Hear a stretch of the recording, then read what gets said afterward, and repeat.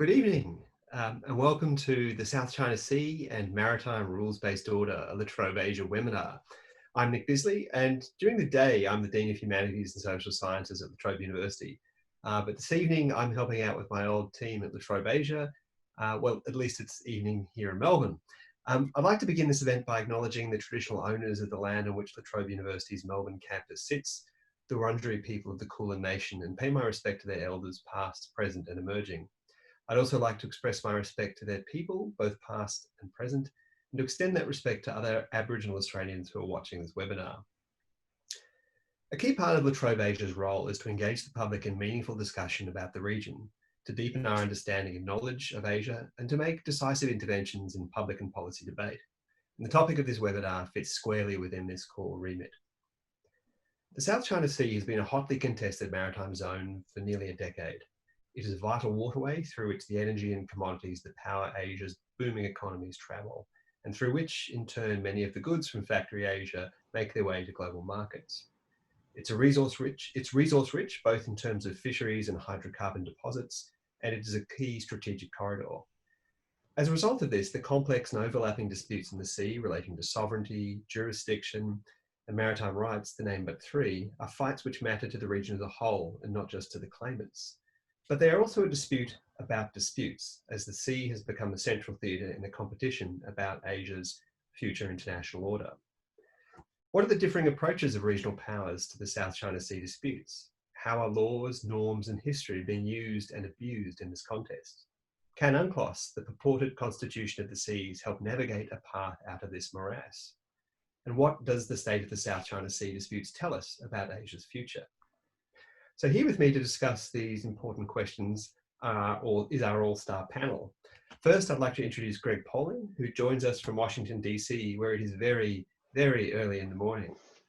Greg is the director of the Asia Maritime Transparency Initiative at the Center for Strategic and International Studies in Washington, DC. Welcome, Greg, and I trust you've got a suitable supply of coffee. I do, yeah, thanks. Excellent. Our second guest this evening is Lynn Kwok, who comes to us from Singapore, where the sun is just about to set. Lynn is the Shangri-La Dialogue Senior Fellow for Asia Pacific Security at the International Institute for Strategic Studies, based at their Asia headquarters in Singapore. We're extremely pleased you can join us, Lynn. I'm very happy to be here. Thank you for having me. Finally, La Trobe's very own Beck Strating, who is of course in Melbourne. Beck is the Executive Director of La Trobe Asia, while she's on secondment from my very own School of Humanities and Social Sciences. Welcome, and I should also say thank you for the opportunity to have another go at my old job, one which is much more pleasant than my current one. So there'll be an opportunity for the audience to participate in questions and answer in the second half of this webinar, for which we'll be using Slido. So please go to slido.com and enter the code R547, which you'll see conveniently indicated on the banner, which Beck is now imitating late 80s television game show host. To indicate that number. So post your questions. Everyone can see them on Slido as the discussion is taking place. And you can also vote on questions that other people have asked. And that helps us sort of push questions to the top of the list, which I'll then select from and pitch to the panel at the time. If you're having difficulties with Slido, so you want to ask a question, but for some reason you're not able to get onto it, please email the La Trobe Asia team at Asia, ASIA, at latrobe.edu.au. So to our panel discussion. I'd like to kick off things with you, Beck. You've recently finished a monograph at the East-West Centre on the South China Sea, which focuses in particular on non-claimant middle-ranking powers, including Japan, Australia, South Korea, and India. So let's start with some basic stuff. What is their stake in the dispute? They're not claimants. They don't have a direct call on hydrocarbons, borders, sovereignties. But what's at stake in this dispute for them? Yeah, thank you, Nick. Thank you for joining us back at La Trobe Asia for this evening. It's great to see you back in the chairing role. And thank you, Greg and Lynn. It's great to be on this panel with you, courtesy the magic of Zoom. So I think I might start at the end of that question. Around this this kind of like-mindedness between these middle-ranking states that you were discussing. So Japan, Australia, Republic of Korea, and India. So these are, you know, states, as you point out, that are not direct claimants. They don't have a territorial claim in the South China Sea like a number of the maritime Southeast Asian states, and of course China and Taiwan, yet they are described in the US rhetoric and the discourses of a number of states as being kind of like-minded when it comes to their interests in the South China Sea. So this is the monograph that I wrote was really kicked off or I was driven to write it because I was interested in how like-minded these states really were when it comes to the South China Sea. And on the face of it, like-mindedness seems to be a kind of shorthand to describe this group of states that include traditional allies like Australia, Japan, and South Korea, but as well as regional partners such as India. And it has a kind of narrative function in grouping these states together with the United States and some other states outside of the region, such as UK or Canada, in opposition to challenges to the regional status quo. So in other words, the like-minded term tries to express a shared concern, a shared stake about what a rising and increasingly assertive China means for the particular national interests of these states, for implications for regional and global order, and for the rules and the norms and the institutions that underpin those orders. So it's kind of a useful but superficial piece of political rhetoric. And what I've been trying to do in my research is to understand more fully how willing these regional states are to defend and to operationalise their vision of the maritime rules-based order, given the sort of structural dynamics that are at play and their other national priorities and interests. So the South China Sea disputes have been presented by these states as a kind of exemplar of China's efforts to revise the so-called rules-based order. And so the like-minded states, they share a general interest, I think, in maintaining a US-led status quo. But what my East-West Centre monograph tried to demonstrate was how they approach the issue in very different and specific ways, including the fact that these states, while they might have some sort of stake in the stability of the region, the South China Sea, these states don't want to see this sort of escalating, the disputes escalating. So they have that kind of interest. There are common interests in ensuring that trade can continue through this waterway. But these states also have their own maritime concerns in other areas, such as the East China Sea, the Indian Ocean, and they also have broader concerns with how they manage their own great power relationships. So how they manage their relations with the United States and with China. So there's sort of three key points that my book discusses. The first is it looks at the strategic culture of these states and how that affects whether or not they're prepared to push back against maritime revisionism in the South China Sea, including in their rhetoric, so what they say and how they communicate their position on the South China Sea, but also operationally. So what are they prepared to do in terms of naval assertions? And the book finds that that's quite mixed. Australia and Japan, for example, have been sort of more forthcoming in that arena than, say, South Korea, which has been much more hesitant in getting involved in the South China Sea. The second area is in different conceptions of maritime rules and freedom of navigation. So it's not the case when, states across the region talk about freedom of navigation, but they might not be talking about the same thing. So they might not have the same interpretation of maritime rules. So probably our audience is familiar with freedom of navigation operations that the United States conducts through the South China Sea, but also in lots of other strategic waterways to challenge excessive maritime claims. Well, 3 of the 4 states that I look at have also been the subject to freedom of navigation operations for a variety of reasons. India, largely to do with some rules that it tries to set around extending its security jurisdiction out into coastal areas. For Japan and Korea, there are issues around how they draw their baselines that United States sees as being excessive. So there's a number, when we think about the like-mindedness, there are these issues that suggest that they're not actually completely aligned, and they're not always talking about the same thing. Even with a concept like freedom of navigation, you've got the commercial aspects and you've got the military aspects of freedom of navigation. They're often collapsed in the discourse. But if we think about the United States approach to freedom of navigation, it's very much about, you know, what the Navy can do, where the Navy can travel. And the third point that my book looks at, or my monograph looks like, is different approaches to maritime order and dispute resolution under the United Nations Convention on the Law of the Sea. And so I use a number of different examples of how these 4 states have sought to resolve their own maritime disputes. So in some cases, you've got Australia and India have been prepared to shift some policy in order to sort of conform with the international maritime rules-based order, but you've got these ongoing disputes in the East China Sea, which suggests that, you know, when it comes to territorial interests, states are still, you know, they don't always look to UNCLOS and dispute resolution processes to help them through those issues. So I guess in summary, there is some like-minded tendencies, and there are these, you know, these states do express an interest in maintaining the rules-based order and you know, ensuring that there is relative stability in this area, but there are also some important differences that need to be recognised.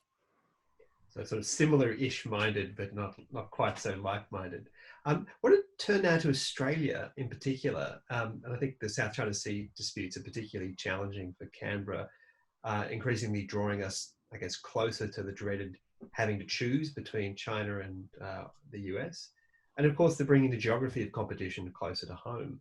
So as the sea becomes a key theatre in Sino-American rivalry, how do you think Australia should approach the dispute? What's your sense of the right mix of kind of military, alliance, diplomatic and institutional options that Canberra should seek to deploy? This is a really difficult issue, I think, for Australia, because there aren't a whole lot of really good options that are immediately apparent. And in fact, I was talking with a colleague earlier today. Malcolm Turnbull, the former Prime Minister Malcolm Turnbull, has just released his autobiography, and there's a passage on the South China Sea where, you know, it sort of discusses some of the issues around how difficult it is to kind of, there's this pressure from the United States to conduct freedom of navigation or US-style freedom of navigation operations, but from Australia's perspective, that could mean, you know, putting Navy personnel or assets at risk. It could mean destabilising or contributing to the destabilisation of the region, or really importantly for a middle-sized power like Australia, is that it could lead to economic and diplomatic retaliation from Beijing. And that's just like a reality for a state like Australia, that they are wedged between, you know, these two great powers. But I think there's a sense in which Australia's operational and declaratory policy hasn't always been matched, hasn't always sort of, there's been a gap between what Australia is willing to say about the South China Sea, but what it's willing to do in the South China Sea. And I've just been writing about this very issue because I argue that Australia has taken a normative approach to the South China Sea, but it does have to walk that very fine line in terms of its relationships with the two great powers. So in terms of the operational declaratory gap, after the 2016 arbitral tribunal, you had Australian leaders were quite vocal in their public diplomacy around the rules-based order. I mean, Nick, you yourself with Benjamin Shreer wrote an article about this discourse, the rules-based order. It was rather incessant for a little while, the use of the rules-based order phrase. And, you know, I think it's quite fair to say that that phrase is a proxy, right? It's used to describe the US-led regional order, and is a way of talking about China without always talking about China. But I think that there's also a sense in which it highlights that middle or regional powers like Australia really do depend on rules. There is a really important kind of, you know, leaders in Australia would say right over might imperative at play here. Australia has the world's 3rd largest EEZ.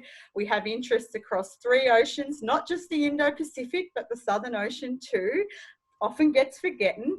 And Australia has a huge maritime zone of responsibility extending out from the EEZ. It's like 1/10 of the world's surface. So the stability and the legitimacy of maritime rules matters for a state like Australia that has a very, you know, a relatively small population at 25 million, but this huge continent and maritime area that it needs to defend and secure. So the question for a state like Australia really is, how do you use limited military and political resources in a way that best supports an UNCLOS-led order, whether it's in the South China Sea, but whether it's in other maritime domains as well. And this is where we get into conversations about whether or not Australia should conduct US-style phone ops, freedom of navigation operations. This seems to be something that we routinely come back to, and it's seen as, but by some quarters in the Australian public, as being that Australia is not doing enough because it's not conducting this style of naval operation. But the problem, I think, is that our understanding in Australia of what a phone op is very narrow. We tend to be talking about transiting within 12 nautical miles of a Chinese artificial island. That tends to be, when we think of a phone op, that's what we're thinking of. And in fact, Turnbull's book makes this quite clear. But what Australia has adopted instead of doing that style of operation, it's focused on operational presence. So there's a very fine distinction that Australian leaders make here. They do FON, they don't do FONOPS, which is gets a bit confusing. But what it's basically doing is adopting a routine, business as usual approach to operational presence, the sorts of things that Australia has always done. But it has steadily increased these forms of transit through the South China Sea from 2014, indicating the sort of growing importance around using naval presence to defend or to kind of assert freedom of navigation through those seas.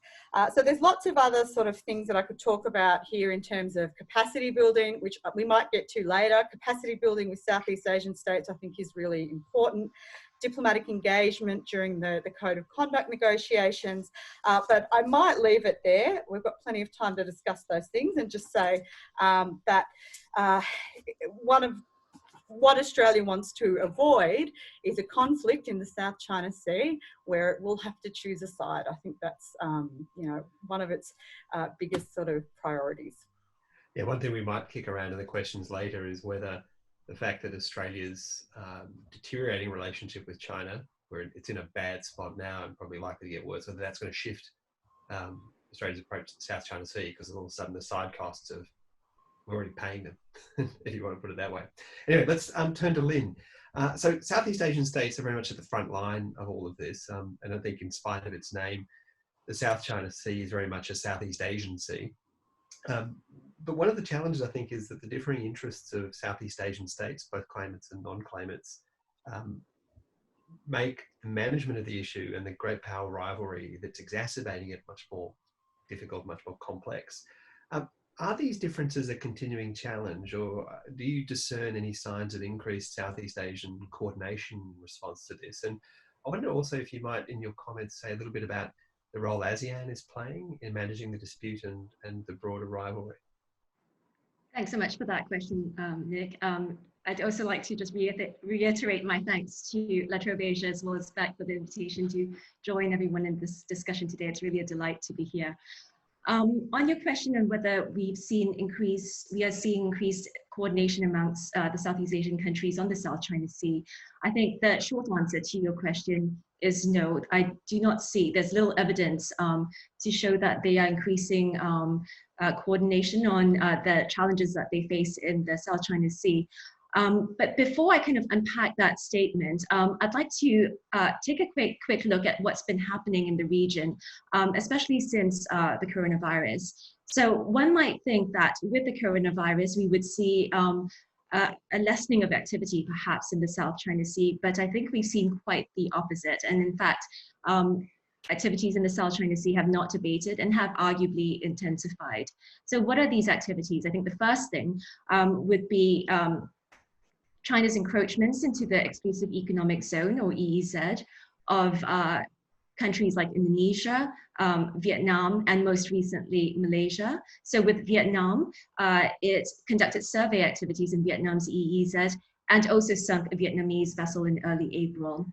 With Malaysia, China sent a survey vessel as well, conducted survey activities there, and harassed the West Capella, which is a vessel that the Malaysian state oil company Petronas hired to conduct survey operations in Malaysia's EEZ.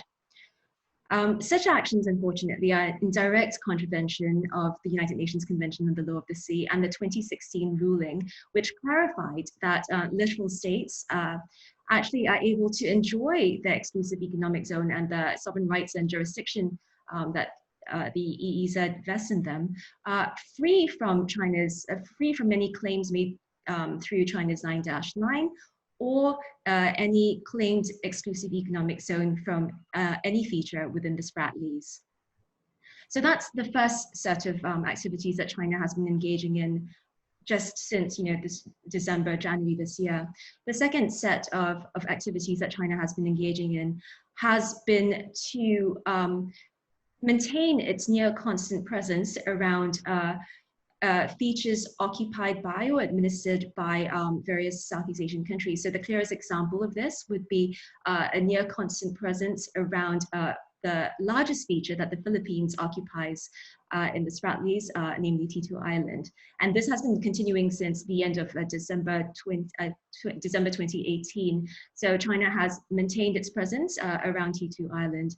And China's activities have not only been limited to littoral states in the region, but also has actually sent warships as well as fighter jets to and around the Taiwan Straits. It's also continued to make objections to various assertions of maritime rights and freedoms by the United States and its allies. Most recently, its Ministry of National Defense quite puzzlingly declared that the mere presence of foreign powers was objectionable to China. And so I thought that was pretty worrying. And these objections are inconsistent with maritime rights and freedoms vested under UNCLOS. And China actually signed up to UNCLOS in 1996. The United States abides by it, but as a matter of customary international law and domestic policy. So I think, these are just worrying developments. Now, to your question, Nick, what has Southeast Asian countries' response been? So I said that they have I haven't seen evidence of a coordinated response yet. They've largely responded on a national rather than coordinated basis. So Vietnam has sent Coast Guard as well as maritime militia to respond to Chinese survey vessels and its Coast Guard in its EEZ. Malaysian government vessels reportedly patrolled, the facts around this are not very clear to me, but they patrolled the West Capella, hoping to support it against Chinese harassment. Malaysia's Ministry of Foreign Affairs also issued what I found to be a rather mild or weak statement, which did not refer to Chinese survey activities in Malaysia's EEZ, nor did it refer to the harassment of the West Capella. What it did refer to, however, was the need to adhere to international law, including UNCLOS. But the statement also warned against the presence of warships as well as other vessels in the South China Sea. This, I think, was not only a rebuke at China, but also the US naval presence in what the US had sent several naval vessels to the area around the West Capella. I think Malaysia found this to be unnecessarily escalatory, so it was not appreciative of the United States' efforts, unfortunately. Indonesia has taken a slightly more robust stance towards Chinese incursions. So Chinese fishing vessels accompanied by Coast Guard have been encroaching upon Indonesia's exclusive economic zone. So Indonesia, sent 8 warships as well as some aircraft to respond to these incursions. So that's reasonably tough, but I think there's little signs that Indonesia is going to be reprising its previous role of leading Southeast Asian countries towards a stronger united front against China. So all that's to say is that no coordinated response, but I think we are beginning to see some signs of progress. How significant this will be, I do not know, but I think one likely unintended consequence of Malaysia's submission on its extended continental shelf to the United Nations in December 2019 was that it elicited a response from China, which then in turn led various Southeast Asian countries, namely the Philippines, Vietnam, and then Indonesia, to respond to the claims that China made within the note of avowal to the United Nations. Now, their responses, I think, made several things clear. First, that all maritime claims in the South China Sea need to accord with UNCLOS. Second, that China's claims to rights and jurisdiction in the South China Sea do not accord with UNCLOS. And third, that the tribunal ruling in the Philippines case against China in 2016 was or is an authoritative statement of international law. This was made explicit in the statements by the Philippines as well as Indonesia. Vietnam did not mention it, but I think as Bob Beckman pointed out, it was implicit in Vietnam's statement that it too regarded the tribunal ruling to be an authoritative statement of international law. So I think even though countries haven't coordinated their response, I think what we are seeing is that at least they are operating under a clear, consistent understanding of international law. And that, in my mind, is some progress. I think you also asked about the role that ASEAN plays. ASEAN's role, I think, in managing the dispute has been fairly limited. The Code of Conduct negotiations are taking place under its auspices. But I think few would be confident that it will lead to, few are confident that it will lead to a meaningful Code of Conduct, even if several intractable issues in negotiations are able to be overcome. Nonetheless, these negotiations continue because it plays into China's narrative that Asian countries are handling Asian security problems without the need for outsiders to get involved. And in the meantime, of course, China is continuing to consolidate its position in the South China Sea. ASEAN countries also go along because, this speaks to ASEAN centrality. They need to be able to be seen to be doing something, and here we are negotiating a code of conduct. So I think for these reasons, I'm not too optimistic about the meaningfulness of the code of conduct in terms of resolving the disputes between ASEAN countries as well as China. But I think I'm even less optimistic about the code of conduct actually contributing much to managing the broader geostrategic tensions between China and the United States. I think it's quite clear from China's insistence on pursuing its various claims, even during a virus, that it has long-term strategic interests in the South China Sea, namely to enhance its strategic depth and reach, to protect itself against adversaries, as well as to protect the critical Malacca Straits.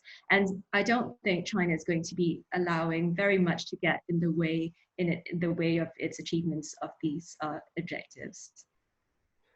I want to just probe a little bit what you were saying earlier about how the UNCLOS framework is providing at least a common kind of language, if you like, for some of the Southeast Asian states to approach it. But at the end there, we've got a sense of the sort of realpolitik of this, which is, and I was just keen to get your sense as to what's the utility and then what are the limits of international law with this dispute, because ultimately, you know, this thing sort of fundamentally binds together both the legal procedural but also the sort of power politics of Asia's international order. So, and you're very much international law is your patch. What's your sense of the utility and the limits of international legal approaches here? Well, I think it's quite clear that UNCLOS is not a silver bullet. That said, I think so first of all, why isn't it a silver bullet? I think first, it doesn't deal with how to resolve competing claims to sovereignty. So whether country A or country B has a better claim to sovereignty over a land feature, that UNCLOS does not decide. So that's one limitation under UNCLOS. So in the case of the South China Sea, when we're talking about who has sovereignty over particular land features, UNCLOS is silent.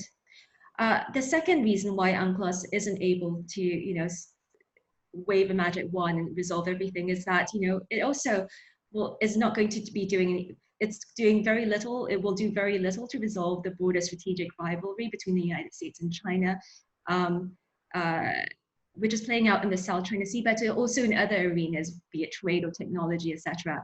So that's the other area that is lacking, and I suppose no convention can actually happily govern a situation like that. That said, I think UNCLOS plays an important role because it clearly governs disputes over resource rights, and it makes clear that, you know, coupled with the ruling, of course, it makes clear that coastal states enjoy the exclusive economic zone, unencumbered by China's 9-line, as well as any exclusive economic zone claimed from any feature or group of features in the Spratlys. So that's one area where UNCLOS has helped to kind of limit the dispute. The other area is in clearly setting out passage and other freedoms of the seas within the convention. And I know Beck mentioned about how there is a certain degree that there is differing interpretations over some of these provisions. And yes, to a certain extent. However, I think UNCLOS is very clear on some of the main issues that are plaguing US relations with China in terms of freedom navigation exercises. And this is first the ability to conduct innocent passage through a warship's ability to conduct innocent passage through a territorial sea without prior notification or authorization. And second, the ability to use the exclusive economic zone. And second, that the exclusive economic zone is a zone which enjoys high sea freedoms, save the need to conduct such high sea freedoms with due regard for the economic rights of coastal states. So I think that's another contribution that UNCLOS makes. And third of all, I think UNCLOS, as Beck highlighted earlier, has an extensive dispute resolution mechanism, and countries can have recourse to that in resolving their disputes. So I think that helps. And outside of UNCLOS, I think we should also highlight the usefulness of international law in general in terms of its prohibition against the use of force. And I think that becomes immensely important, particularly when tensions between the United States and China are becoming quite heightened. So for these reasons, I would say that, UNCLOS and international law more generally play an important role. First, because it clearly sets out rights and limits the scope of legitimate dispute. Second, because it provides the means for peaceful dispute resolution. And third, because it provides a framework within which strategic competition can take place. I think there's no doubt that we're going to see strategic competition between the United States and China continue.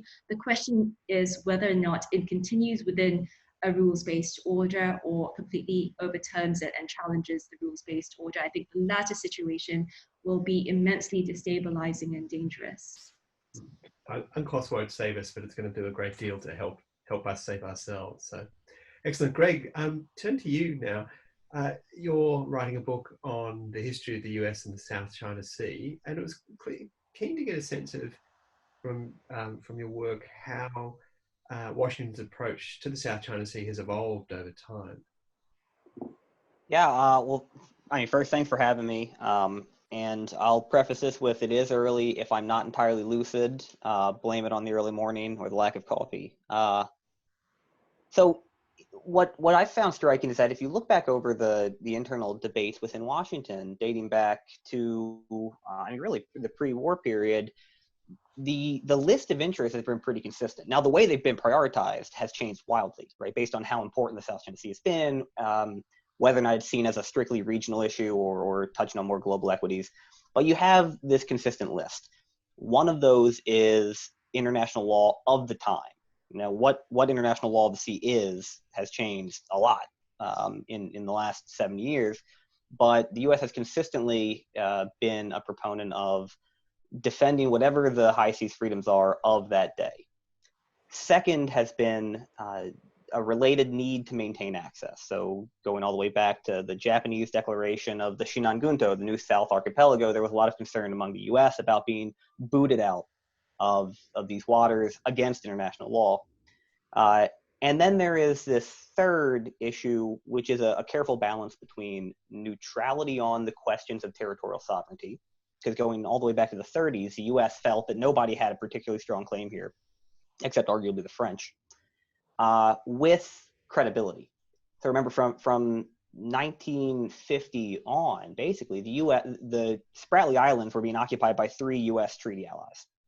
It was not until 1974 that there was any real sense of a US adversary occupying the Spratlys. So for most of the post-war period, the US concern was limited to, let's keep the ROC, the Philippines, and the South Vietnam from fighting each other, because we've got broader equities involved here, and the Spratly Islands don't matter that much. It was really only, you look at these crystallizing moments, right? So you have like I said, 1939, the pre-war period, we get very worried about the Japanese taking islands that seem to be in excess of international law and potentially limiting US freedoms to operate there. In the post-war period, you have 1956, where the Philippines moves in via Tomas Cloma's claim. The ROC comes back and occupies Ituaba. The U.S. issues a CIA study of the Spratlys for the first time that basically says, nobody knows what anybody's claiming here. They're all making it up as they go, and we're not going to get involved. Just stay out. And that was the policy for 20 years, almost. And then you have 74. And in 1974, China invades the Western Paracels. And there's some really great transcripts of the NSC meetings in which, like, Henry Kissinger is trying to figure out what the Paracels are, and are these the Paracels or are these the Spratlys? And PACOM is the only one who knows what they're talking about. And they're really caught flat-footed, right? So by the time they figured out that the Chinese had started the fight, not the Vietnamese, it was too late to do anything about it. But that kicked off this whole new level of concern, especially in the Philippines, where from 74 to 79, you have the U.S. consumed by negotiations over whether or not the Mutual Defense Treaty with the Philippines applies in the South China Sea. Because all of a sudden, you have China enter the fight in 74, and then the end of the Vietnam War in 75, and North Vietnam enters the Spratlys. And this strange idiosyncratic dispute between U.S. treaty allies suddenly involves 2 communist powers threatening the last U.S. treaty ally in Southeast Asia, in the Philippines. And that largely balances out by 79. It's clear that Vietnam is way too busy with having invaded Cambodia. They don't want to fight with the Philippines. U.S.-China normalization is proceeding pretty well. Everybody calms down. And then it changes again in 88 through the mid-90s, where not only does China move into the Spratly Islands and relations begin to break down. You have Vietnamese normalization with Southeast Asia and entry into ASEAN, and so this realignment of the coalition. And then for the U.S. perspective, most importantly, you have China for the first time really making this a fight over water and seabed. Prior to that, there were the Paracel Islands dispute and there was the Spratly Islands dispute. By the 80s, and especially in the 90s, all of a sudden there's a South China Sea dispute where, at first it was everybody's fighting over seabed resources. And then it became clear that there's not that much seabed resources to worry about, and that faded. And then China comes in the 90s and starts talking about historic rights, which they borrowed from Taiwanese academics. And then they start talking about, in the early negotiations on the first draft of Code of Conduct, banning foreign military access, banning foreign oil and gas operations, all the stuff that we're now redebating in the current Code of Conduct process. So in 95, you have the State Department for the first time issues a statement that says, look, we are neutral on claims.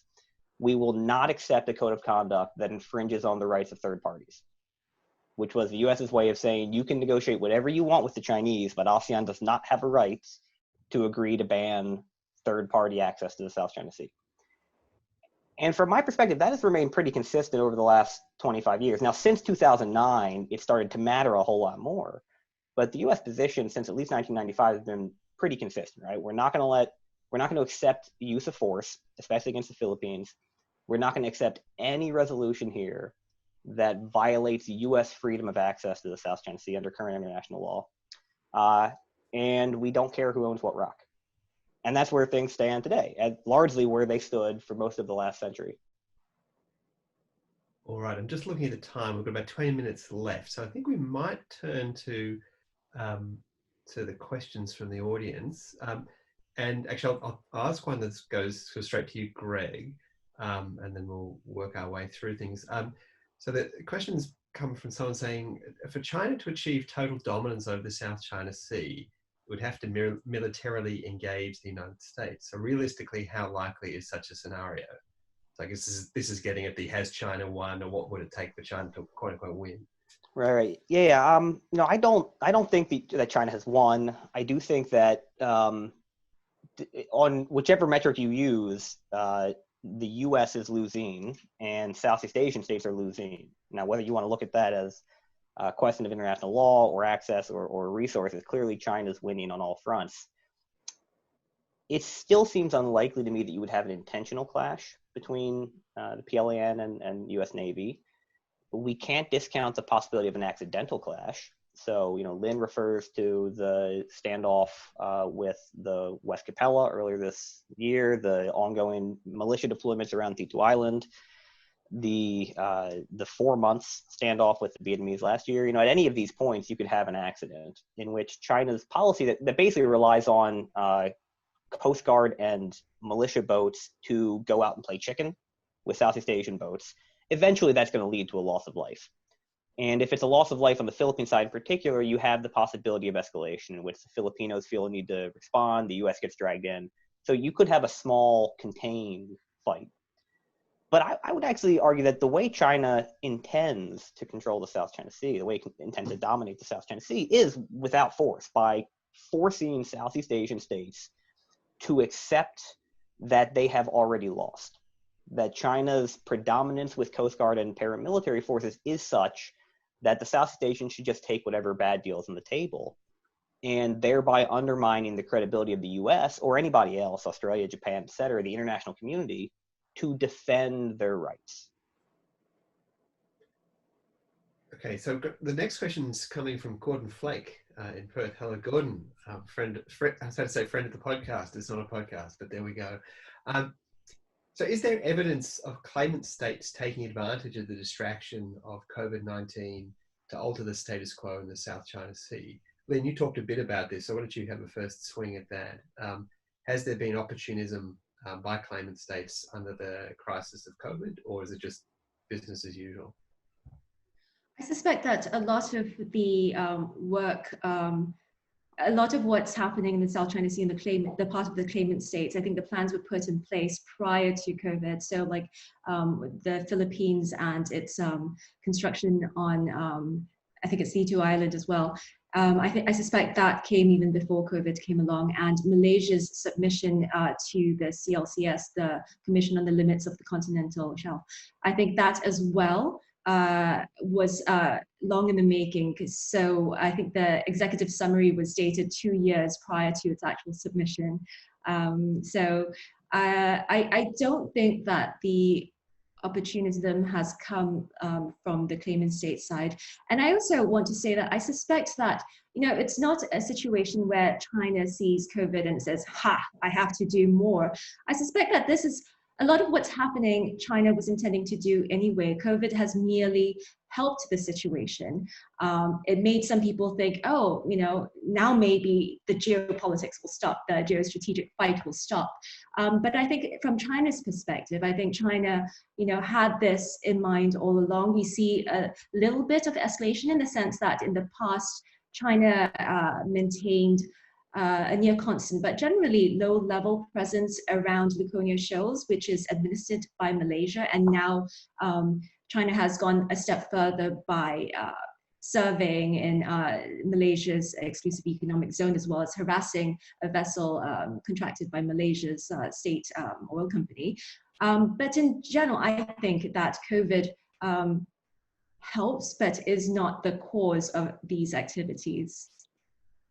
Yeah, I see vigorous nodding from Greg and Beck to reinforce this one. So next question is from Charlie Brown, that I assume it could be the person's name, it may not be. Anyway, tagged as Charlie Brown. How can countries like the US, Australia, Japan, India, and so on coordinate their capacity building efforts, especially below ministerial levels?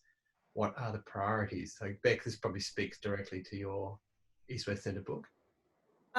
Yeah, so this is, I guess, one of the issues for a non-claimant regional state like Australia or Japan or Korea or India, is how do you involve yourself in a dispute or contribute to defending particular rules and norms and institutions in a dispute that you're not actually, a claimant to. So one of the ways in which these states have sought to do this in various ways is through maritime security cooperation. And I would probably argue, and I'm not sure, Greg and Lynn might have something to contribute on this, but I think that this is probably one of the most important ways in which these states can positively contribute to trying to uphold the rules-based order, because in the end, this is, we talk about the South China Sea in terms of often strategic competition. We've talked about that a lot tonight between the US and China, but it's the Southeast Asian states that are the ones that are the ones that are the potential kind of losers out of all of this, because they do have these legitimate claims under international law. And part of the, I guess, I agree, I think it was Lynn saying that it's not about, it's about China trying to gain dominance, not through the use of force, but through forcing these states into things like joint development. So one of the areas that, states can contribute is in assisting Southeast Asian states to build their maritime capacity and to try to kind of defend their claims. But I'm sure Lynn and Greg might have something more to offer about how these states can go about doing this. Lynn. Thanks. In my view, capacity building is very important, but I think it's just one element of the bigger picture. I think the single most important thing that countries can do to help countries in the region, but also the broader rules-based order, is to offer the region up opportunities, economic opportunities, I mean, because the South China Sea is but one factor in the broader calculation of these countries. So they might want to push back against excessive Chinese claims, expansive Chinese claims, and they will do so, but within limits, because they also want good economic, like Australia, they also want good economic relations with China. So I think what I would like to see is for middle powers to be able to step up to the plate and offer alternatives or complements to China's Belt and Road initiative, in terms of offering up countries the opportunity for development, whether in infrastructure or after COVID or during COVID, in terms of health systems. So I think that will be critical, I think, to how countries position themselves both outside but also within the South China Sea. Greg, do you want to add any thoughts at the end? I mean, I agree with what's been said. I think the most important capacity building that partner states provide is maritime domain awareness, because nobody's going to build up the Philippine Coast Guard to go toe to toe with the China Coast Guard, but you can at least help the Philippines keep eyes on what's happening, and that's a big part of the messaging here, the ability to name and shame Beijing. But as Lynn indicated, you have to put this capacity building within the basket of larger strategy, and we have to ask ourselves, what exactly are you building capacity for? Because all you were doing is helping Southeast Asian states tread water for a little bit longer, right? You are slightly deferring the time at which they are shoved out of the South China Sea. No amount of capacity building, no number of FOMOPs are going to make a difference over the long term here. This is buying time, and we have to ask, buying time for what? Presumably for a large multilateral diplomatic effort, but that has not been evident, at least under the current administration in Washington, and I would argue not very well done under the last one. All right, so let's get to the next one, which is, I've just lost it. There it is. Since the 2016 tribunal ruling, China has shifted its approach to the South China Sea away from the 9-dash line and to the 4-SHA strategy. Keen to get the panel's comments on this. Does anyone want to have a first swing at China's shifting approach? I'm happy to start, and I'm sure Lynn has thoughts too. Yeah, no. So, what's been clear from recent disputes, say the fishing militia or the fishing flotilla off Indonesia last year, or the recent standoff with the West Capella, is that the 4-SHA conception, yes, it tries to downplay the talk about the 9-dash line. The 9-dash line is still there. When you look at the white paper that the Ministry of Foreign Affairs released in 2016, the most recent language in their Commission on Limits of the Continental Shelf note verbals, it is clear that China wants to claim territorial seas, EEZs, and continental shelves from the 4-SHA, and also historic rights to fill in whatever gaps there still are between the 9-dash line. So the 9-dash line is not being said explicitly as often, but it is still clearly the thing in which historic rights operate. And what this really gets to is the fact that at least since the 1990s, China's claims have been about finding legal rationales for the political desire that Beijing already has. China wants to control all the waters and airspace within the 9-dash line, and it will continually recycle new legalistic sounding arguments until one sticks.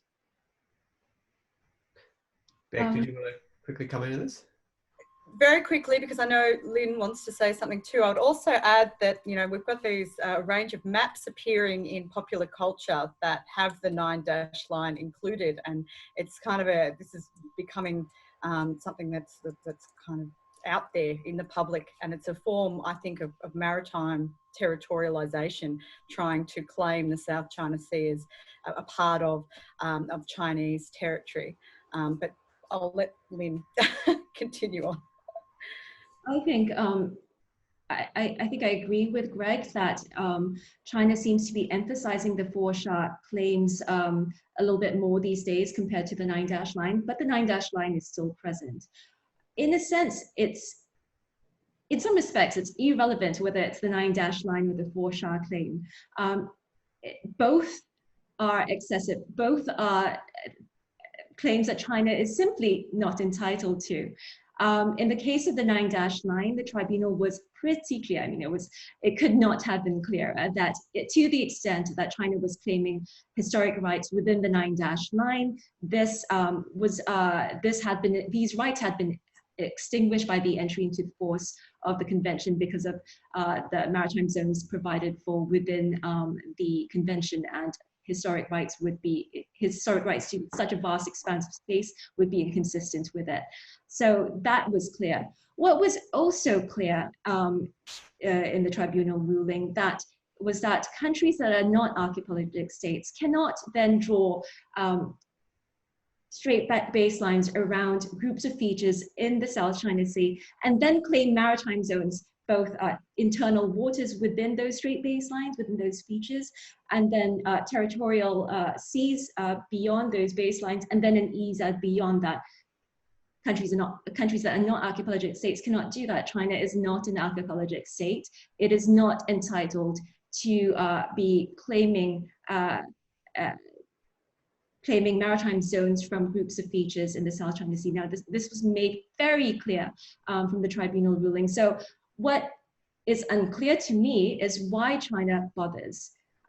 This was an argument that was made and dismissed by the tribunal, the arbitral tribunal. So I think China's just trying to fudge. It's like, if not the 9-9, can I claim a 4-SHA claim? If not 4-SHA claim, can I claim something else? So it's trying its luck at various options, and all of them are wrong or invalid. So I simply do not understand why they bother.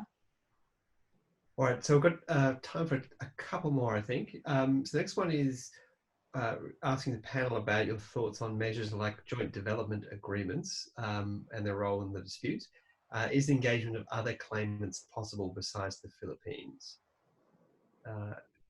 Beck, do you want to have a first crack at that one?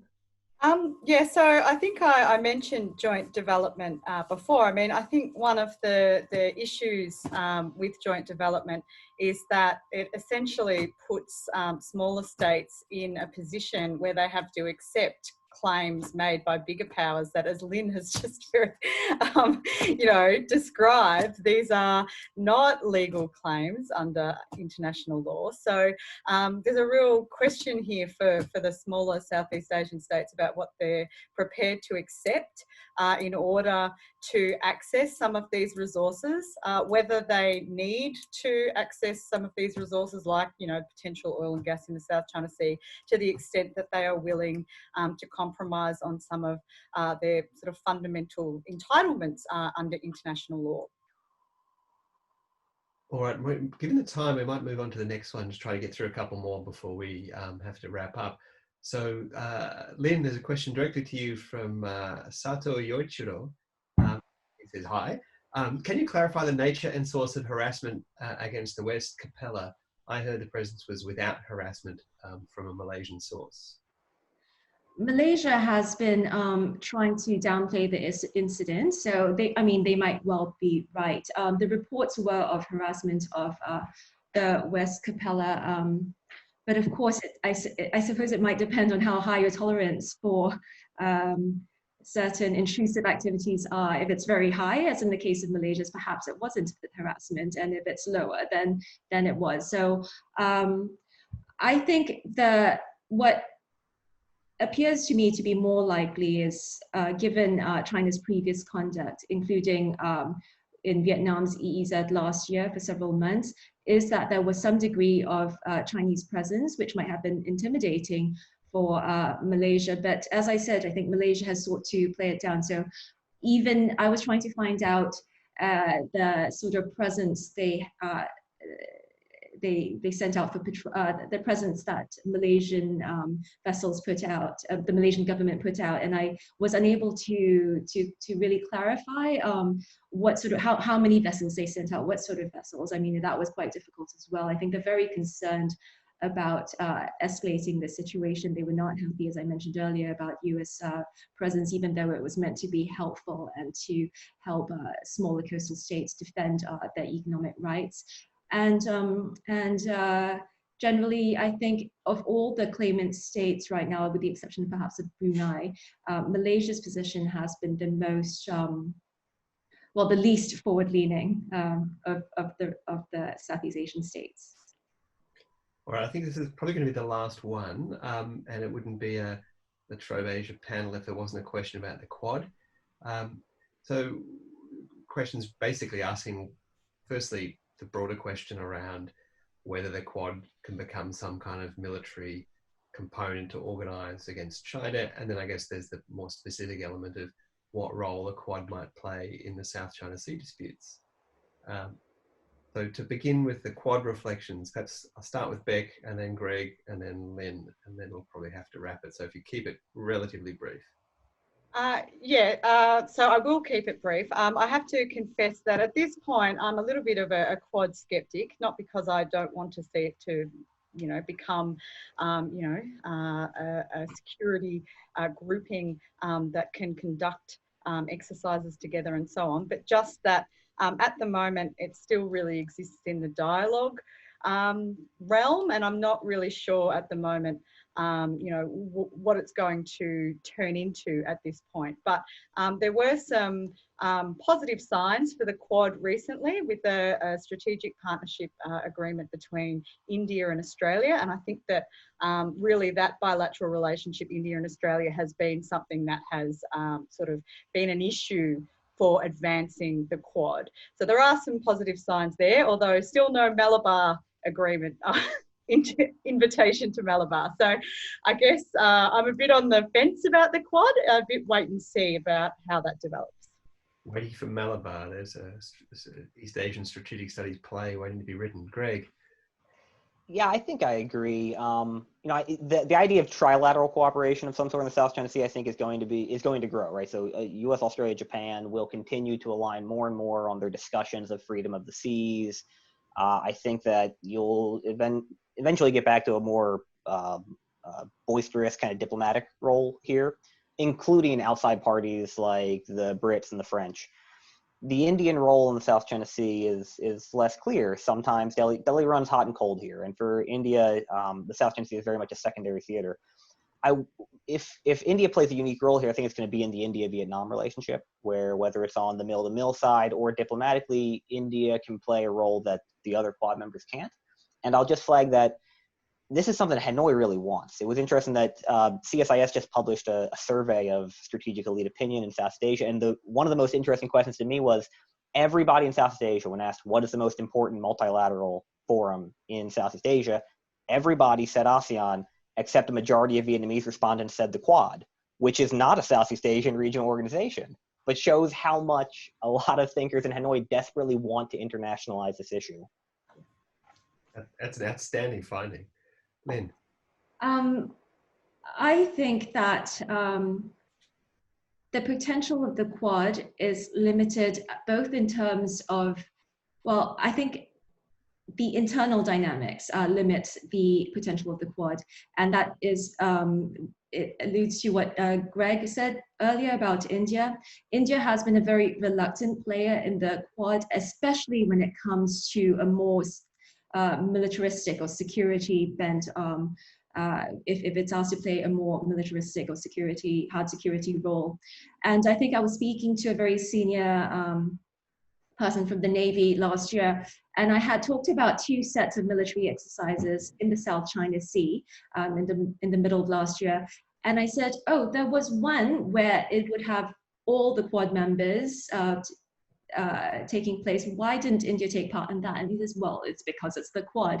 So there's a great reluctance, I think, on India's part. So I think that would be the greatest hurdle that would play a greater role for the Quad in the South China Sea. I think India's maritime security strategy still places the South China Sea as a secondary theater.